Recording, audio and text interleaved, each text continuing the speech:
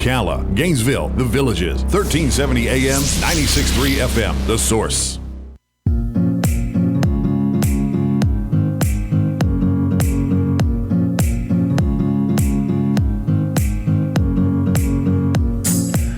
All right, 5 minutes after 11 o'clock. The other day, Robin, you had a plastic bag full of change. Yes. And you took it to the grocery store and you put it in one of those change counting machines, yep. right? And you said to me, how much do you think it's going to be? And I said, $32. And you said, no, it's probably more like $50. And the machine spun that money around. And it was $31.87. Yeah, you're so good. And I said, oh, wow, I was so close.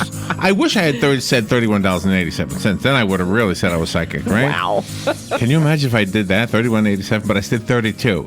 And I am telling you, I swear on a Bible, that as you were saying to me, how much do you think is there? I am not making this up.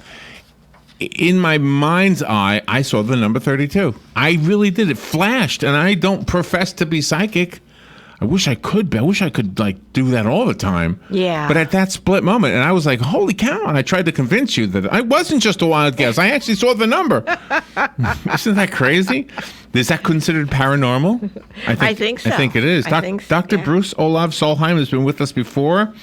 The first person in his family to go to college. Well, that's good. He served 6 years in the Army as a jail guard and a helicopter pilot. He's the founder of the Veterans Program and a distinguished professor of history at Citrus College in Glendora, California. Okay, I remember him. He's been with us before. Yes. Because I remember saying to him that you've got the personality traits, all these resume items that make it seem like you're a grounded person. So that's why I like speaking to somebody like that about paranormal stuff. He's got a book called Timeless Deja Vu, a paranormal personal history. Dr. Solheim, good morning. It's an honor to have you back. Good morning, Larry and Robin. I'm glad to be back. I had a psychic moment. I knew $32. That's amazing. Is it? I mean, afterwards I thought, did I really have a moment, or was it just one of those quirky things? I don't know. I think we all have it. I wish I could turn it on, though. Are you able to do this? Well, that is the key. You have to learn how to turn it on, and equally important, you have to learn how to turn it off. Otherwise, it could lead to madness. Well, like this guy who sees dead people. What's his name? Not John Glenn. He's got a name. John Brown. John. Oh my gosh. Gee, I can't even talk to live people, let alone. What's his name, John? I forget his name. But anyway, you know who I mean, right? The guy who talks to dead people. He's always famous. John something. Yeah, he's a psychic. the famous psychic. Yeah, I forget his name. Or like the Long Island psychic, whatever her name is. They seem real to me. I don't know. What do you think? I think it is. It is real. I think based on personal experience. John Edward. Yeah, John Edwards. That's right. Yeah. It's been going on for a long time. Okay. For a very long time for me. But if I were to try to figure it out, scientifically, I would say, okay, if Robin knew, then I could say, well, she was just mentally communicating with me. But she didn't know. So where would the number come from? Well, it's hard to say. There is something called precognition, where you see glimpse into the future, which is something that people can't quite explain. You know what? Why it happened? I should have said, Robin, look over there, and then thrown 8 cents in. Then it would have been right at 32. So tell me about the book, Timeless Deja Vu. Yeah. Was your first book called Timeless?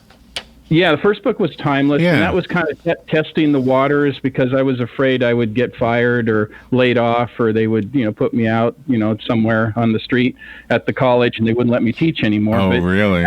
Actually, it was a very good reception. I can't really think of anything negative. The worst thing somebody said was, "Oh, that's kind of weird," But other than that, the college let me teach a paranormal class, and so I decided, okay, I'm going to go a little bit further with the second book. I'm going to tell some things that are a little bit more, painful for me to talk about, and also go a little bit further in terms of the paranormal. So that's what I did with the second book.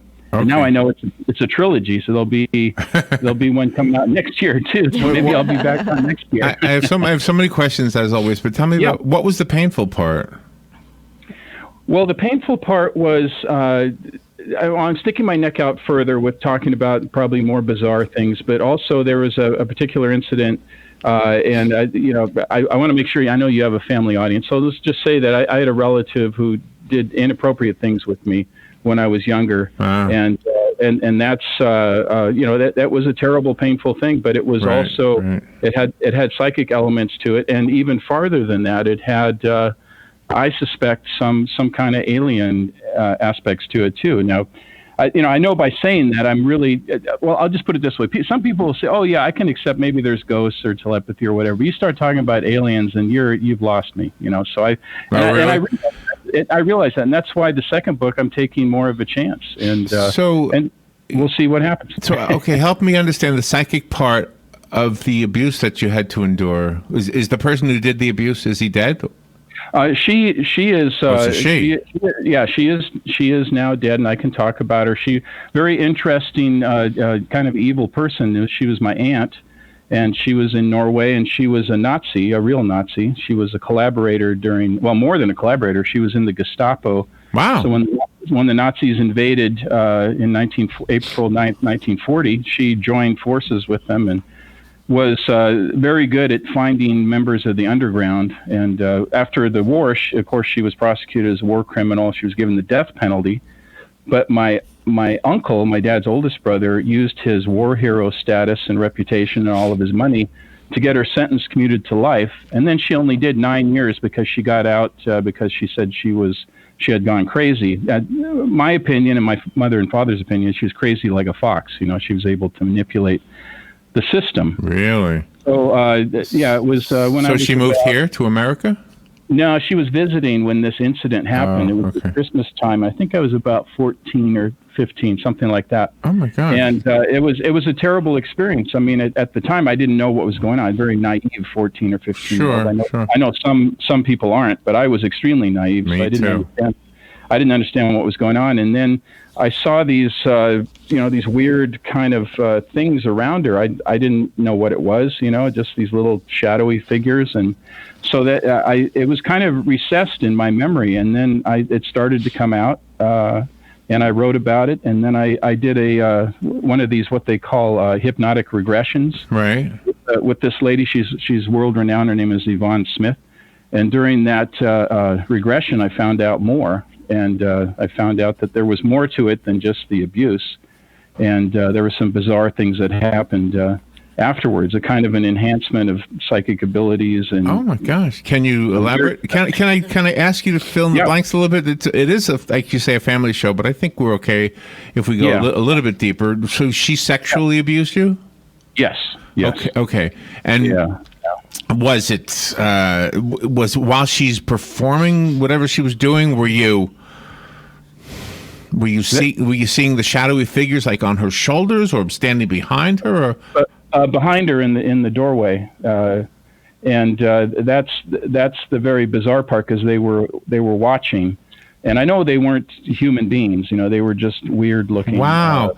So that's the really bizarre part, and that's I see the whole what ties this all together is that I believe my theory is that the spirit world and the quantum world, as scientists would call it from quantum physics, and the alien world, how they operate or zoom in and out of our lives, is all the same thing. I think that's all the same thing. So. I say it's a psychic experience or a spiritual experience or an alien experience. They seem to be able to navigate and traverse the different worlds, and that's how it's all connected that I can see. I'm not the only one that thinks that either. So. Since we're on this topic, do you subscribe to the idea that we all have the ability to imagine our futures and actually like the whole theory behind The Secret, for example, that kind of thing? Mm-hmm. Well, yeah, and my spirit guides will tell me, and I always have to mention Gene because he's the guy who started this whole thing. He's a friend of mine who passed away 3 years ago, and he inspired me to write these books. And he's a Norwegian-American guy that I grew up with and died tragically of cancer. And he's been inspiring me the whole time. So every time I'm on the radio, I always have to mention Gene because he'll nudge me, psychically nudge me and say, "Hey, don't forget to mention my name." And he was an actor too. So that's hey, Gene. Is he Yeah, listening? Yeah, he is listening, and he's always nudging me. And anyway, so I believe you. I'm not making fun, by the way. no, I know you're not. We've talked before, and I know. And so the thing is, he told me, he said that we manifest things that'll happen. I mean, we know what's going to happen in the future because we manifest it. And I thought about that, and I thought, well, like anything. That makes sense. Yeah. Yeah, and well, it's not like anything. I mean, there's certain things that are certainly not completely not possible, but there are things that are possible. And then there's, of course, there's variables, because there's a lot of people trying to manifest a lot of things. So Right. I think it kind of cues up sometimes, and maybe it isn't exactly what we want it to be, or maybe it's not, the timing isn't exactly what we want it to be, but it kind of makes sense because of the old Chinese proverb, be careful what you wish for. So just like I said, I wish I could turn it on. I mean, can we turn it on when we want to? Is that something we can learn how to do? Or the other question maybe is, do we already have it turned on and we just don't know it? Well, I think both could be the case. In my case, since age 4, I've been having these paranormal experiences.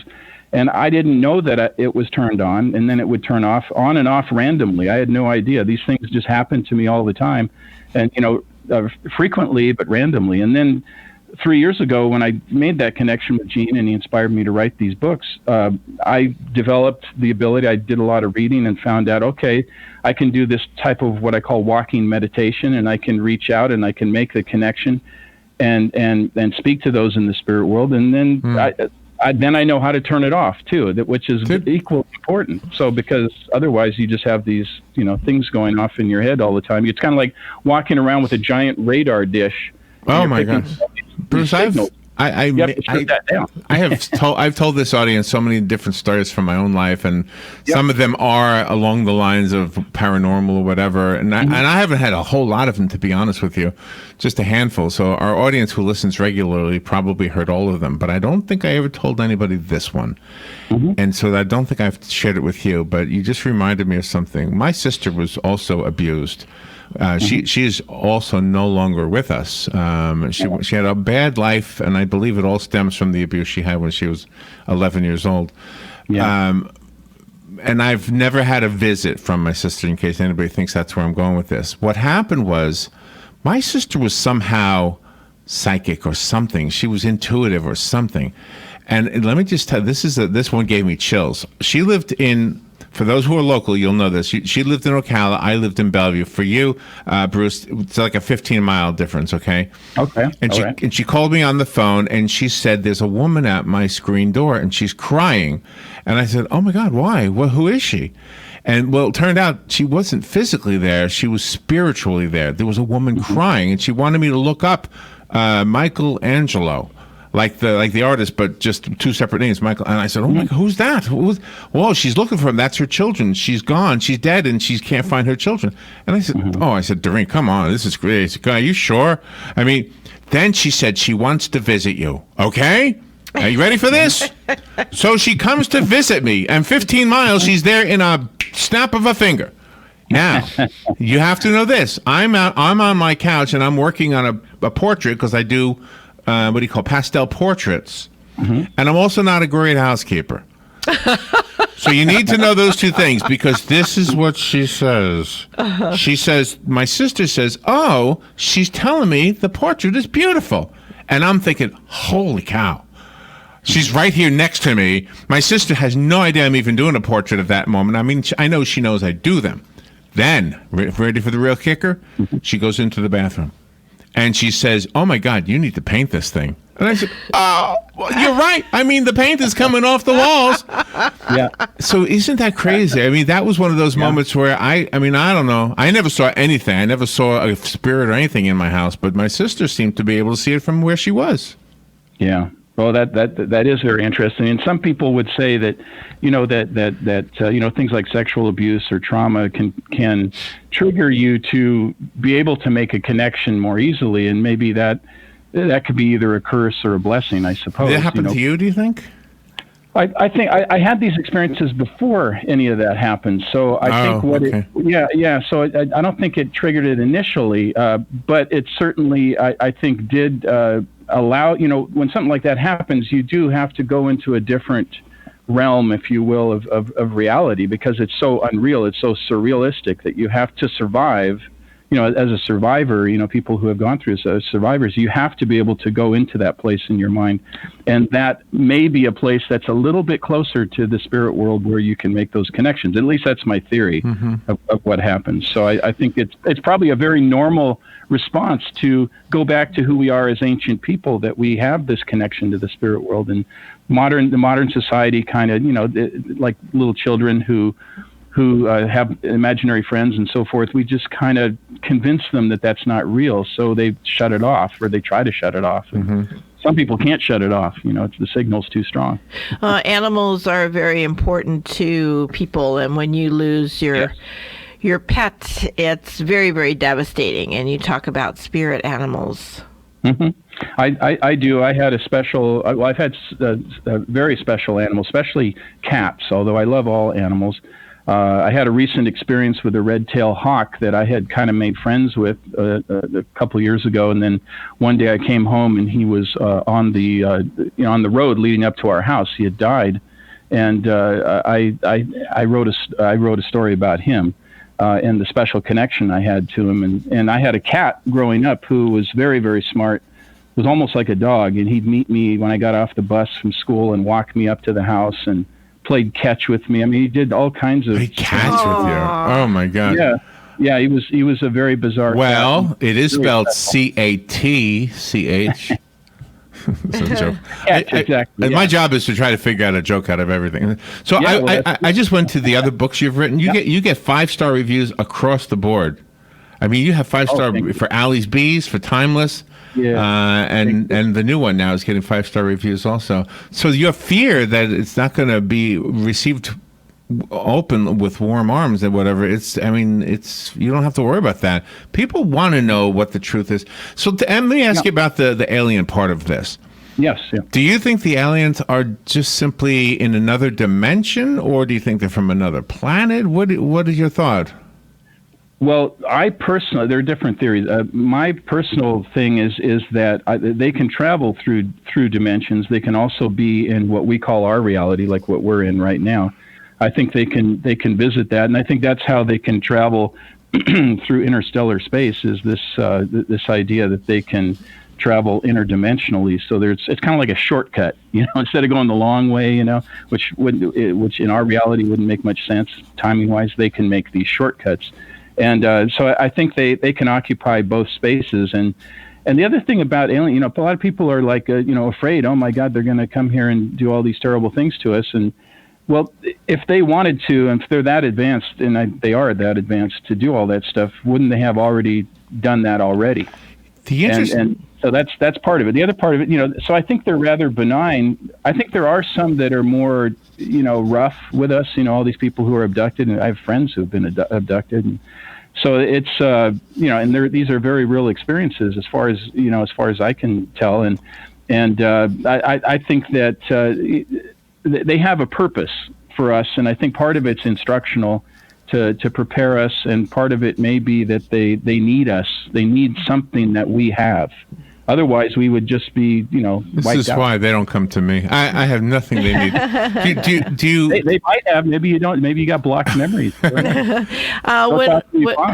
a person has a gift like this and they come to you to try to explore this gift more, how do you know that they're telling you the truth? Oh, yeah. The people that come to me when they tell me their stories. Yes. I'm always inclined to believe people until they prove me wrong. That's I have an open mind about things, whether it's my students that tell me that their grandmother died, that's why they couldn't come to the midterm, or other experiences that I've had. I think that there are some people, and I've when I've been on the radio and when the book has come out, I've had some people who I think are probably mentally ill. So you do have people that for one reason or another that they're misinterpreting, or they're adding more, or there's something just quite not connecting. So they're going to need some help that a psychic really can't help them with. They're going to need some medical help. But I would say the great majority of people are telling the truth. And I know in the psychic world, there are people who put up their sign and say, I'm a psychic, and come pay, a certain amount of money. Right. And some of those people are charlatans. That's the really sad part. That's what messes you up. Yeah, there are real people, and there are the charlatans. And I don't think it's necessarily bad that people charge money, but they better deliver, what they're supposed to do. And the whole idea, it comes down to this: if you have these abilities, you have them for a reason. And I recently, a person who just died recently, she was a nursing instructor at my college. I was able to connect with her, and she told me the main purpose that we have in this life is to alleviate the suffering of others. Well, you would expect a nurse to say something like that in life, but this is what she's saying beyond this life, and I really see it that way. So the abilities that I have, I don't charge people if they want me to connect with a loved one. I'll do it. I'll make my best. So you have that ability. You can do that? I can do that, and I can do it pretty successfully. I'm not going to say 100% of the time. And it's not always a great connection. Sometimes it's kind of rough. It's kind of like the old TV sets with the rabbit ears. Sometimes you just can't quite get it into focus or whatever. Does it happen when somebody doesn't ask for it? I do have people that try to contact me that nobody's asked and I haven't invited them. So that's why I have spirit guides that help me. Some people call them guardian angels that help me they're kind of like bouncers. Let me go back to your aunt, if I could. Yeah, sure. Do you think that she was possessed? In other words, do you think her behavior she was not responsible for her own behavior, that somebody else was creating or forcing her or causing her to abuse you? I think there was probably elements of both. I think there was personal responsibility. I think there always is with most people, and when they do these kinds of things. But I think there was also other influences. She when she was first approached by the Nazis, she was very young. And there is a connection between, if you look at the UFOlogy, which is a big body of literature, there seems to be some connection between the Nazis and some elements of the alien war. So who knows who those people were? Maybe it was people she connected with at that time and had followed her around. But she was very successful, actually, once she got out of prison. She was an incredibly successful businesswoman and had a beautiful, huge house and married. Oddly enough, she married a man who was a retired Army colonel from the Norwegian Army, and but they fought like cats and dogs, and she was well known as a collaborator. That's part of the reason I live in the United States. My parents had to move because my dad got tired of hearing stories about his Nazi sister. Really? I have a story I want to share with you. This is another one our listeners don't know about. Robin and I did a song. We do music, okay? So a long time ago, we did a song called Darling Petel, Petel. In the book by Anne Frank, she refers to a boyfriend she had that it was a romance that couldn't happen anymore because she was in that house and hiding, and so she never saw Petel, which I guess would translate to Peter or something, but in the book it's Petel. So we did a song called Darling Petel, and it's a beautiful song, really, if we can say that about our own music, but a lady wrote me. She said, "Oh my gosh, this is my song. I am the reincarnation of Anne Frank." Down in South Florida, right? She was in South Florida, and she wanted to come see us here. I said, "Sure, come on up." But I guess, but I looked it up, and I looked up, reincarnation of Anne Frank. This is crazy, and somebody else was claiming to be a reincarnation of Anne Frank, and I'm not saying it, but how would you explain that? She was believable, and at the same time, I don't know what to believe. So, what do you think on that? Well, let's say, there's different possibilities. Let's say she was psychic and made a psychic connection with the spirit of Anne Frank, which, by the way, I haven't made that connection, nor do I claim I am Anne Frank. But anyway, maybe she made that connection and she misinterpreted it and thought that now that's who she is. It could have been as simple as that, or maybe the other person too. I think there is such a thing as reincarnation, but there's also people, these are such bizarre things, especially if you're not calling it yourself, if you're not controlling it yourself and it just happens randomly. I could see where a person think, "Oh, I'm really this person in the past life, and maybe that's who I really am." And so it's hard to say. There's a lot of different possibilities, but I certainly wouldn't discount it offhand, especially if she was very believable and didn't seem to be visibly mentally ill. I wish I could have more time to talk to you. We need a timeless Yes, interview. we do. Yes, a timeless we do. interview. Definitely. Always amazing to talk to you. Dr. Bruce Olav Solheim, the new book is called Timeless Deja Vu. The one before this was called Timeless. I found them both on Amazon. Do you have a website that you would like us to go to? Yeah, sure. BruceOlavSolheim.com. And my middle name spelled Olav. Last name Solheim.com. Which explains the Norway Scandinavian thing, right? Yeah, Olav? it does. It does. Explains a lot. And where are you? Where do you live? Where are you calling from? I live in Southern California, in Glendora, California. Oh, okay. Well, thank you. This is great radio. I know you've been on George Norrie show. I love George Norrie, by the way. So yeah, he is a very nice man, and yeah, he does a great job, and so do you guys. So well, thank you. I enjoy being on your show. Yeah, he's got like a 3-hour stretch. That's a nice one, right? And I'm not a night owl, so it was rough for me. You guys are great. I'm a morning person, so it's wonderful for me. Doctor, thank you. Anytime you want to be on, thank you for sharing your stories with us. Thank you, guys. You have a good day. We'll be right back.